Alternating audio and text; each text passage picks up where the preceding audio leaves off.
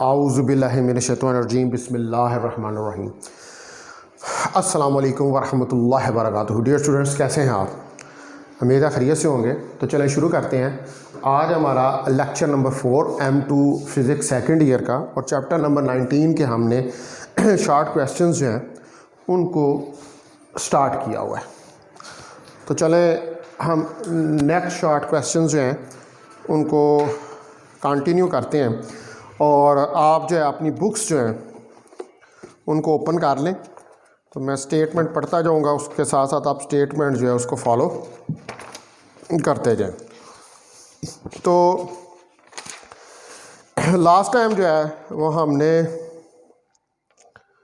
19.12 तक जो है वो शॉर्ट क्वेश्चंस कर लिए थे और आज हमारा जो शॉर्ट क्वेश्चन है वो है क्वेश्चन 19.13। ठीक है जी। तो क्वेश्चन 19.13 जो है, पहले इसकी स्टेटमेंट देखें। Will bright light eject more electrons from a metal surface than dimmer light of the same colour. कहता है अगर सेम कलर की ब्राइट लाइट हो और सेम कलर की जो है वो डिम लाइट हो, ठीक है, तो फिर कौन सी लाइट जो है वो ज़्यादा नंबर ऑफ फोटॉन्स जो है या ज़्यादा नंबर ऑफ इलेक्ट्रॉन्स जो है उनको अमिट करेगी। तो ब्राइट लाइट जो है वो ज़्यादा करेगी क्योंकि ब्राइट लाइट की इंटेंसिटी ज़्यादा होगी। Yes, bright light will eject more number of electrons. ठीक है जी। Because intensity is directly proportional to number of electrons. यहां पर आई क्या है? इंटेंसिटी ऑफ लाइट है और एन जो है ये नंबर ऑफ इलेक्ट्रॉन्स है।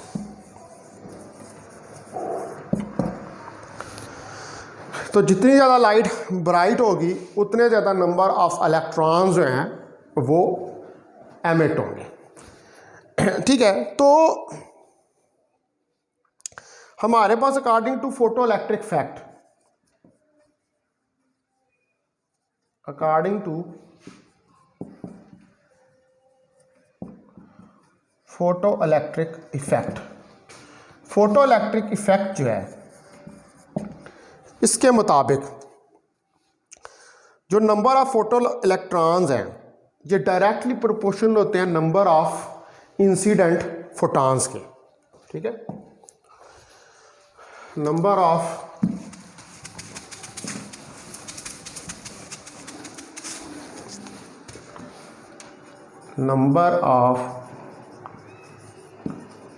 emitted photo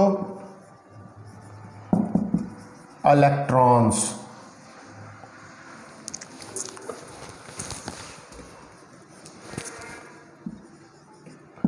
जो नंबर ऑफ फोटो इलेक्ट्रॉन्स हैं are directly proportional to number of incident photons।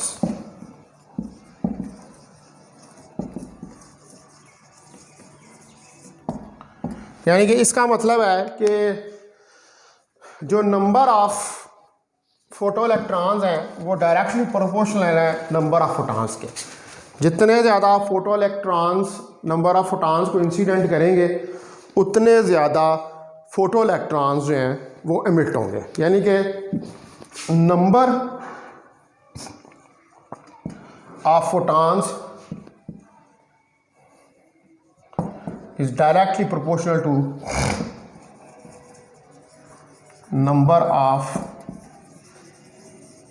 Photo electrons. ठीक है। यानी कि नंबर जो है वो नंबर के ऊपर ही डिपेंड कर रहा है। तो चूंकि ब्राइट लाइट जो है therefore bright light is more intense,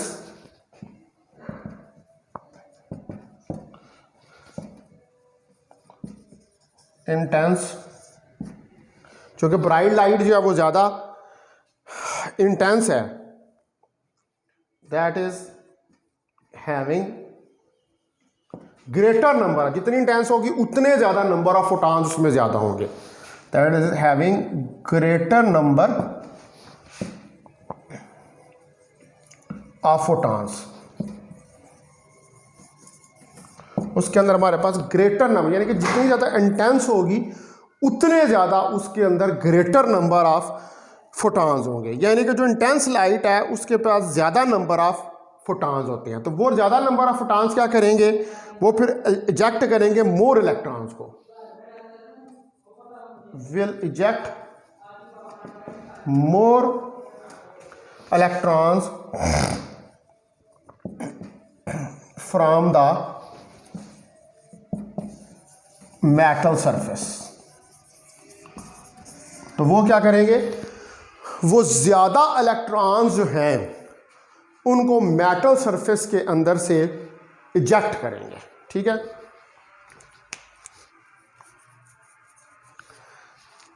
then the dimmer light of same colour, dimmer light, क्योंकि डिमर लाइट जो उसके पास कम नंबर ऑफ फोटॉन्स होंगे।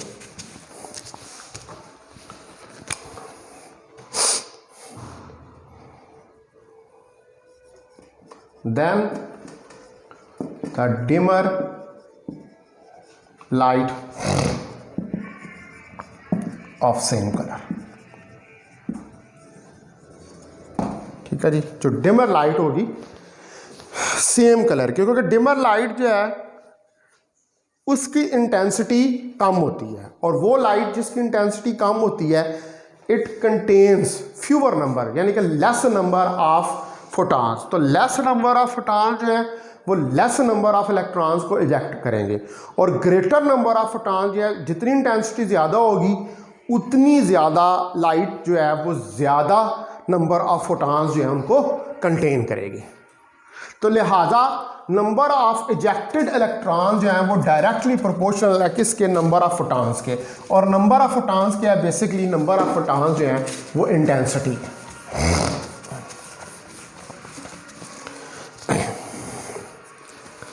अब आए आप क्वेश्चन नंबर 19.14 के ऊपर।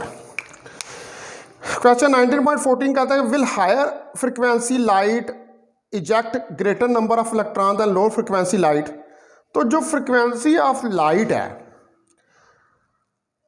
वो नंबर ऑफ फोटॉन्स के ऊपर डिपेंड नहीं करती, ठीक है। तो जो नंबर ऑफ फोटॉन्स की इजेक्शन है वो फ्रीक्वेंसी ऑफ लाइट पर डिपेंड नहीं करती कि कितना नंबर उसमें से इजेक्ट हो रहा है। जो फ्रीक्वेंसी होती है लाइट की वो इलेक्ट्रॉन की काइनेटिक एनर्जी के ऊपर डिपेंड करती है, ठीक है।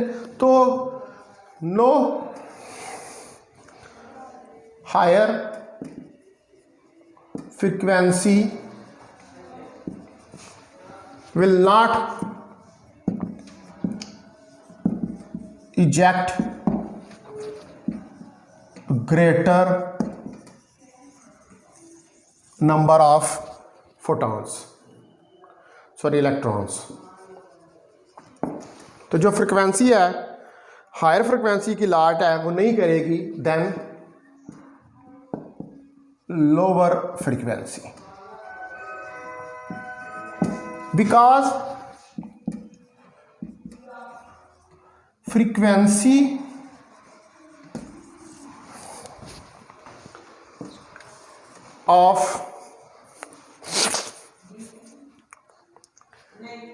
of light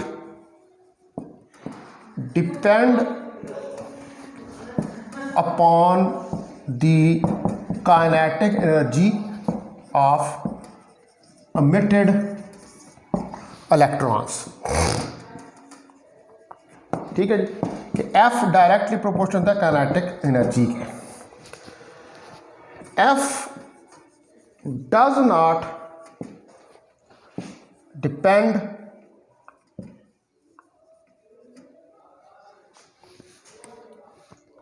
upon the intensity of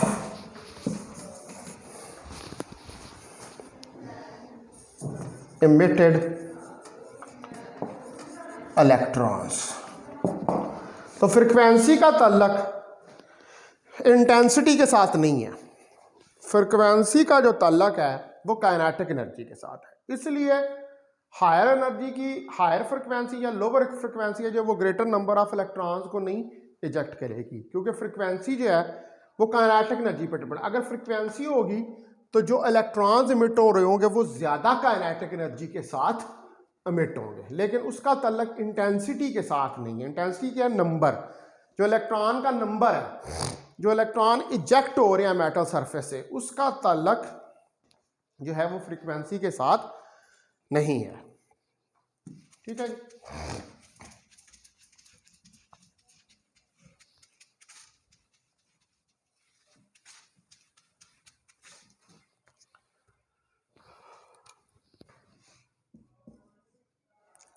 उसके बाद जो है आप देखें क्वेश्चन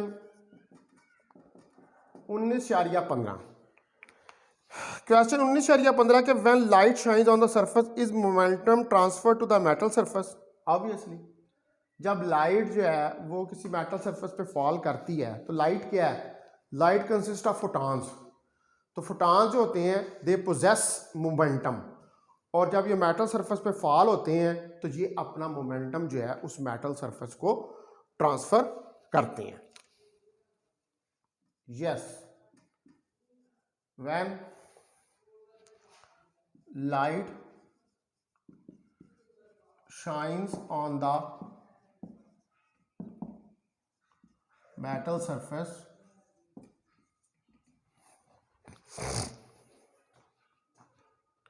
it transfers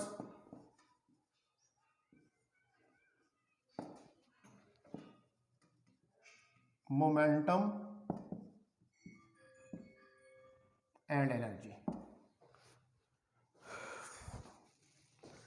तो ये जो है ये मोमेंटम और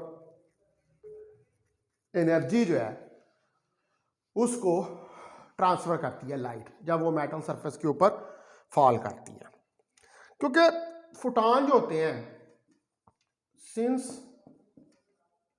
फोटॉन्स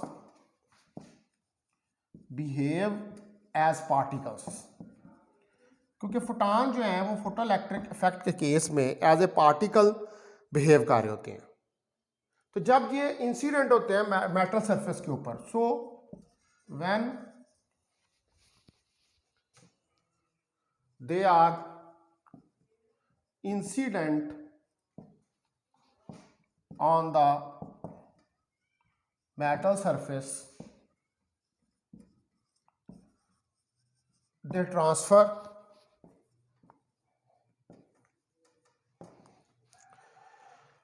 energy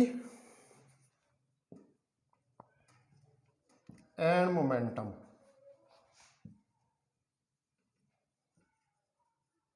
to the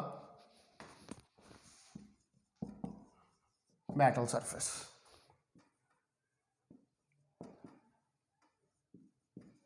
तो ये एनर्जी और मोमेंटम जो है ये मेटल सरफेस को उस वक्त ट्रांसफर करते हैं जब ये फॉल करते हैं किसी में, क्योंकि ये पार्टिकल के तौर पर हमें पता है कि पार्टिकल जो होता है, कोई भी पार्टिकल जो होता है वो मोमेंटम और एनर्जी पोजेस करता है, और जब कोई पार्टिकल मोमेंटम और एनर्जी पोजेस करते हुए कोलाइड करता है किसी चीज़ के साथ, तो वो कोलिजन के दौरान अपनी एनर्जी और मोमेंटम जो है वो दूसरे कोलाइडिंग बॉडी को ट्रांसफ़र करता है। तो फोटो इलेक्ट्रिक इफेक्ट में जब लाइट सूटेबल फ्रिक्वेंसी की फॉल करती है मेटल सरफेस के ऊपर, तो इलेक्ट्रॉन इसमें से इजेक्ट होते हैं। तो ये उसी वक्त पॉसिबल होता है जब फोटॉन ऑफ लाइट जो है वो ट्रांसफ़र करते हैं अपनी एनर्जी और मोमेंटम। यानी कि इलेक्ट्रॉन क्यों इजेक्ट होते हैं कि वो फोटॉन की एनर्जी और मोमेंटम लेकर मेटल सरफेस में से इजेक्ट होते हैं, उनको एक्स्ट्रा एनर्जी और मोमेंटम मिलती है तो वो मेटल सरफेस को छोड़ते हैं। ठीक है जी। तो इन फोटो इलेक्ट्रिक इफेक्ट, हमारे पास जो फोटो इलेक्ट्रिक इफेक्ट है इसके अंदर when light of suitable frequency falls on the metal surface, जब लाइट जो है सूटेबल फ्रिक्वेंसी की मेटल सरफेस पे फॉल करती है तो इलेक्ट्रॉन्स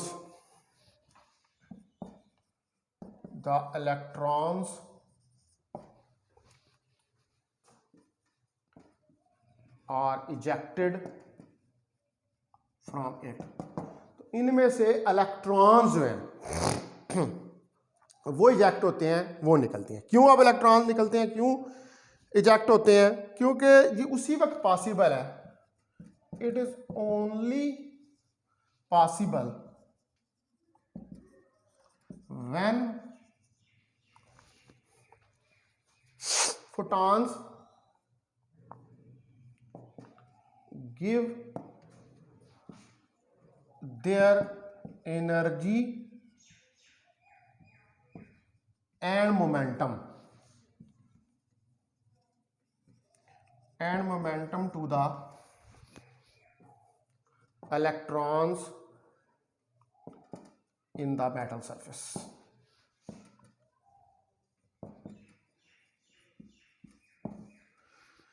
तो ऑब्वियसली चूंकि जब फोटो इलेक्ट्रिक इफेक्ट का प्रोसेस हम स्टडी कर रहे होते हैं तो फोटो इलेक्ट्रिक इफेक्ट के प्रोसेस में हम यही देख रहे होते हैं कि रेडिएशन जो है उसकी ड्यूअल नेचर है। यानी कि फोटो इलेक्ट्रिक इफेक्ट वो एक्सपेरिमेंट है जो ये प्रूव करता है कि लाइट जो है वो as a stream of particles behave करती है, और वो स्ट्रीम ऑफ पार्टिकल्स जो हैं उनको हम क्या नाम देते हैं? उन स्ट्रीम ऑफ पार्टिकल्स को हम फोटॉन्स का नाम देते हैं। तो ये फोटॉन, ये पार्टिकल जब मेटल सरफेस पे फॉल करते हैं तो इन पार्टिकल्स का मोमेंटम भी होता है और एनर्जी भी होती है। और ये पार्टिकल्स क्या करते हैं? ये पार्टिकल्स अपना मोमेंटम और एनर्जी, ठीक है जी, ये पार्टिकल्स क्या करते हैं? ये पार्टिकल्स अपना मोमेंटम और एनर्जी इलेक्ट्रॉन्स को देते हैं। तो इलेक्ट्रॉन्स जो मेटल सरफेस के अंदर मौजूद होते हैं वो इलेक्ट्रॉन ये एक्स्ट्रा एनर्जी और मोमेंटम लेकर मेटल सरफेस में से बाहर इजेक्ट होते हैं। तो इसका मतलब है कि इलेक्ट्रॉन्स क्यों इजेक्ट होते हैं? क्योंकि उन्हें एक्सटर्नल से फोटॉन्स एनर्जी और मोमेंटम प्रोवाइड करते हैं। अगर फोटॉन्स एनर्जी और मोमेंटम प्रोवाइड ना करें तो फिर इलेक्ट्रॉन्स मेटल सरफेस में से इजेक्ट नहीं होंगे। ठीक है डियर स्टूडेंट्स,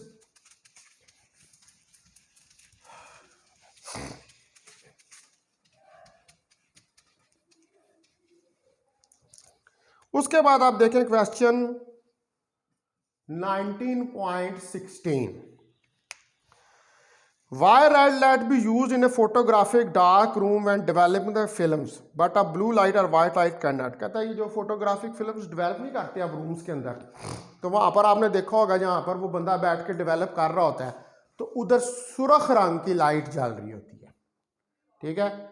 वहाँ पर रेड लाइट या जो ब्लू लाइट है या कोई और कलर की लाइट वो नहीं होती, वहां पर सिर्फ रेड लाइट जो है वो जले। तो पूछा इसकी क्या रीजन है, क्यों रेड लाइट को आप यूज करते हैं फोटोग्राफी फिल्म को डेवलप करते हुए? तो एक्चुअली दो एनर्जी ऑफ फोटॉन है, the energy of photon is given by, जो हमारे पास एनर्जी ऑफ फोटॉन है वो कितनी है? E is equal to h f. तो F की जगह पर अगर हम पुट कर दें C ओवर लैम्डा तो ये एच सी ओवर लैम्डा, ये हमारे पास एनर्जी है। तो रेड लाइट जो है, as the red light has longest wavelength, क्योंकि रेड लाइट जो है उसकी लॉन्गेस्ट वेवलेंथ है, ठीक है जी, as the red light has longest wavelength in the visible spectrum, जो हमारा विजिबल स्पेक्ट्रम यानी वो स्पेक्ट्रम जिसको हम देख सकते हैं, इन द विजिबल स्पेक्ट्रम, जो हमारे पास विजिबल स्पेक्ट्रम है उसमें सबसे ज्यादा लॉन्गेस्ट वेवलेंथ किसकी है, वो रेड कलर की है। तो अगर वेवलेंथ लॉन्गेस्ट हो तो इसकी सबसे कम एनर्जी है, so it has least energy, यानी कि सबसे कम एनर्जी है, इसकी एनर्जी सबसे कम है, it has least energy. So it can not affect the photographic film, तो इसलिए ये फोटोग्राफिक फिल्म को अफेक्ट नहीं करती है। लेकिन इसके मुकाबले में ब्लू या जो दूसरी लाइट्स होती हैं उनकी वेवलेंथ शॉर्ट होती है और उनकी एनर्जी ज्यादा होती है, इसलिए वो फोटोग्राफिक फिल्म को इफेक्ट जो है वो कर सकती हैं। लिहाजा so red light is used instead of blue और वाइट लाइट। तो रेड लाइट जो है वो यूज होती है इंस्टेड ऑफ ब्लू और वाइट लाइट। देखिए वाइट लाइट जो है इसकी सबसे कम शॉर्ट वेवलेंथ होती है, तो इसका मतलब है कि वाइट लाइट जो है उसकी एनर्जी सबसे ज्यादा होती है। तो जो ज्यादा एनर्जी की लाइट होगी अगर आप उसको जलाकर फोटोग्राफिक फिल्म को डेवलप करेंगे तो आपकी फोटोग्राफिक फिल्म हाई एनर्जी की वजह से डैमेज हो जाएगी। इसलिए जिस जगह पर फोटोग्राफिक फिल्म को डेवलप किया जाता है वहां पर जो पर्सन होता है, ठीक है, वो पर्सन जो होता है उसने अपने रूम के अंदर रेड लाइट जो होती है उसको ऑन किया होता है। उसकी वजह यह है कि रेड लाइट की मौजूदगी में, क्योंकि रेड लाइट की एनर्जी कम होती है, क्योंकि रेड की वेवलेंथ सबसे ज्यादा होती है, तो जितनी एनर्जी कम होगी वो उतना कम फोटोग्राफिक फिल्म को अफेक्ट करेगा। इसलिए रेड लाइट को रूम में यूज किया जाता है फोटोग्राफिक फिल्म को डेवलप करने के लिए, क्योंकि उसकी एनर्जी कम होती है और वो फोटोग्राफिक फिल्म को ज्यादा इफेक्ट नहीं करती।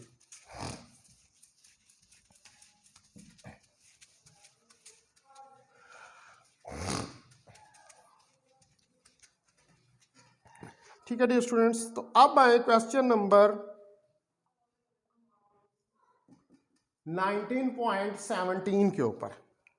कहता है photon A has twice the energy of photon B, what is the ratio of momentum of A to that of B.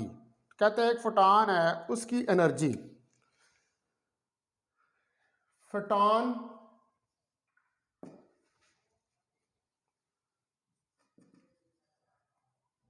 Energy of photon A E A और एनर्जी ऑफ फोटॉन बी जो है वो E B है। Condition दी हुई है कि ई ए जो है वो बराबर है 2EB के। ये मेरे पास इक्वेशन नंबर 1 आ गई।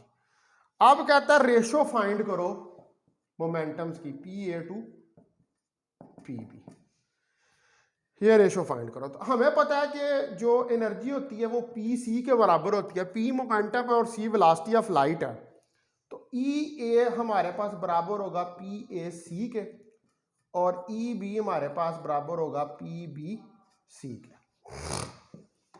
ठीक है, अब EA जो है इन दोनों इक्वेशंस को कंपेयर कर लें, क्योंकि EA हमारे पास EB के बराबर है, तो PAC और EB की जगह पर हमारे पास क्या आ जाएगा 2EA। ठीक है, तो PAC और 2 PAC। एक मिनट, इसको आप बल्कि ऐसे करें कि हमारे पास जो है EA वो बराबर है 2EB के, तो PAC 2 इंटू PBC ये आ जाएगा हमारे पास। तो C से कट जाएगा, तो PA 2PB के बराबर जो है वो आ जाएगा। तो यहां से PA ओवर PB जो है ये 2 के बराबर आ जाएगा। तो इसका मतलब है कि मोमेंटम ऑफ A जो है, यानी कि इसको आप लिख सकते हैं कि PA 2PB, तो momentum of A is 2 times that of momentum of B। तो जो मोमेंटम है A का वो 2 टाइम्स है that of momentum of B। ये हमने प्रूव करके देख लिया। तो शुरू में ये क्या है कि जो एनर्जी है फोटॉन की, ठीक है, EA वो 2EB के बराबर है। ठीक है जी। उसके बाद देखिए हम नेक्स्ट क्वेश्चन,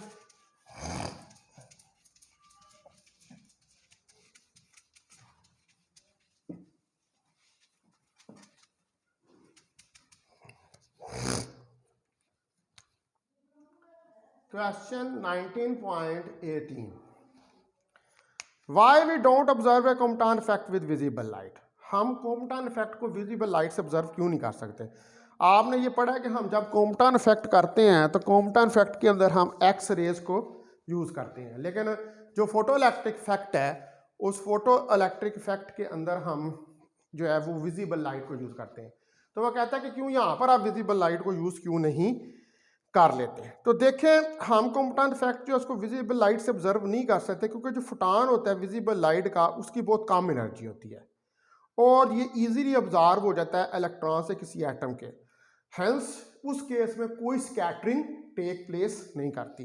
तो कॉम्पटन इफेक्ट में तो हमें स्कैटरिंग चाहिए, और स्कैटरिंग तब भी होती है जब हाई एनर्जी का फोटॉन जो है वो आप यूज़ करेंगे, यानी कि हाई एनर्जी का फोटॉन जब इलेक्ट्रॉन के साथ टकराएगा तो वो सारे का सारा उसके अंदर ऑब्जर्व नहीं होगा, उसका कुछ पोर्शन जो है वो स्कैटर होगा अपनी हाई एनर्जी की वजह से। ठीक है जी। तो we do not observe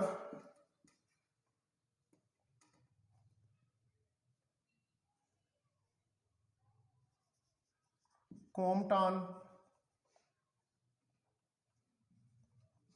effect with visible light because it has low energy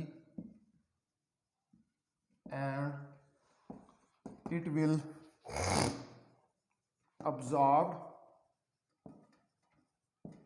by the electron of an atom and no scattering takes place। तो कोई स्कैटरिंग जो है वो टेक प्लेस नहीं करेगी। तो हमें तो कॉम्पटन इफेक्ट के अंदर हमें इस बात का पता है कि हमारे पास स्कैटरिंग जो है उसका होना ज़रूरी है।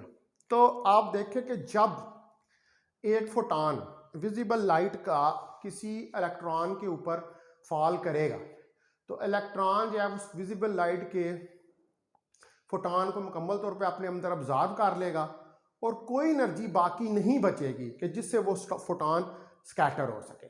लेकिन जब आप एक्स रेज जो हैं उनको यूज़ करते हैं तो एक्स रेज में क्या होता है, एक्स रेज जो होती हैं उनकी हाई एनर्जी होती है और वो हाई एनर्जी का कुछ पोर्शन जो है वो इलेक्ट्रॉन्स के अंदर अब्जॉर्ब हो जाता है और बाकी पोर्शन जो है वो उसमें से एमिट हो जाता है या स्कैटर हो जाता है, यानी कि लॉन्गर वेवलेंथ के साथ वो स्कैटर हो जाता है। तो इसलिए हम कोम्पटन इफेक्ट को जो है वो ऑब्जर्व नहीं कर सकते हैं विजिबल लाइट्स के साथ। तो डियर स्टूडेंट्स, आज हमने फिर जो है 19.12 से लेकर 19.18 तक जो है वो शॉर्ट क्वेश्चन कर लिए हैं, यानी कि 6 क्वेश्चन शॉर्ट क्वेश्चन कर लिए हैं। तो अब हम बकिया जो है वो फिर कल करेंगे। आप मुझे इजाज़त दें। अस्सलाम वालेकुम वरहमतुल्लाहि वबरकातुहू। बहुत शुक्रिया आपका।